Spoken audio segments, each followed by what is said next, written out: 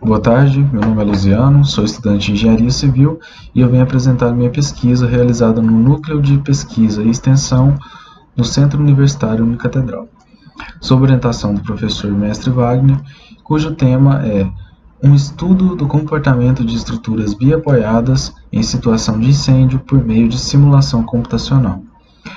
Estruturas de aço podem ser danificadas em um incêndio devido à degradação das características do aço em altas temperaturas, que começa a apresentar viscosidade e consequente deformação sem alteração da carga. Dessa forma, foram utilizadas análises computacionais de vigas metálicas em perfil I, cuja seção transversal está exposta em milímetros na figura a seguir. Esta seção transversal foi utilizada na construção de 3 vigas, variando somente em seu comprimento, sendo eles de 4, 6 e 8 metros. As condições de contorno de ambas as vigas foram definidas como biapoiadas, o carregamento mecânico de 10 kN por metro e o calor aplicado foi na face inferior e também nas duas laterais da mesa inferior foi coerente com o indicado na ISO 834.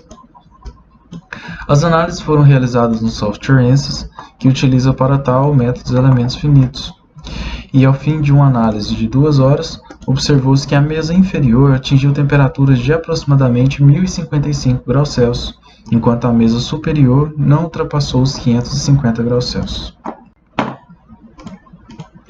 O fluxo de calor gerou um gradiente de temperatura na seção transversal, que tende a deformar a viga com uma flecha para baixo, devido à maior expansão da mesa inferior, que se encontra mais quente.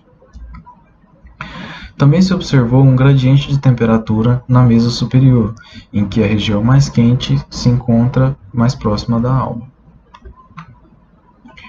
A flecha gerada pelo gradiente de temperatura causa esforços de compressão na mesa superior e de tração na mesa inferior.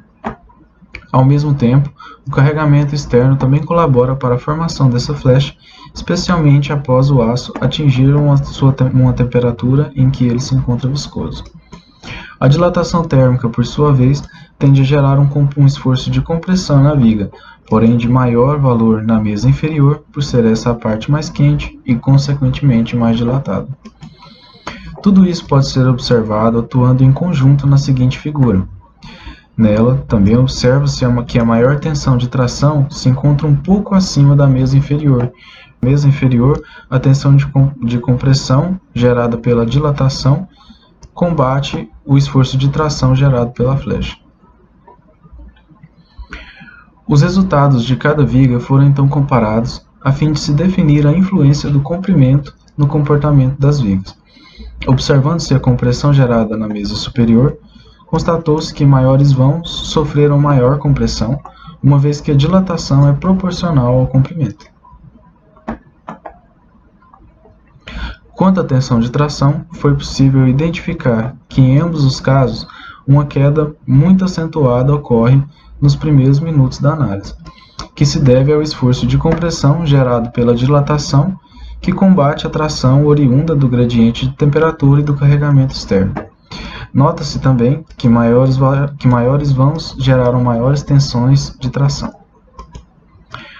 Por fim, a comparação das flechas geradas pelas vigas demonstrou que maiores vãos sofrem maiores flechas, que consequentemente geram maiores tensões de compressão e de tração.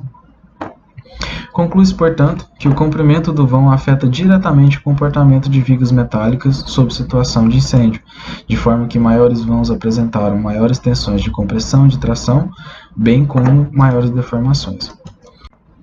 Por fim, também foi possível observar que, para a seção transversal analisada, apenas o vão de 4 metros se mostra viável para uma situação real de incêndio.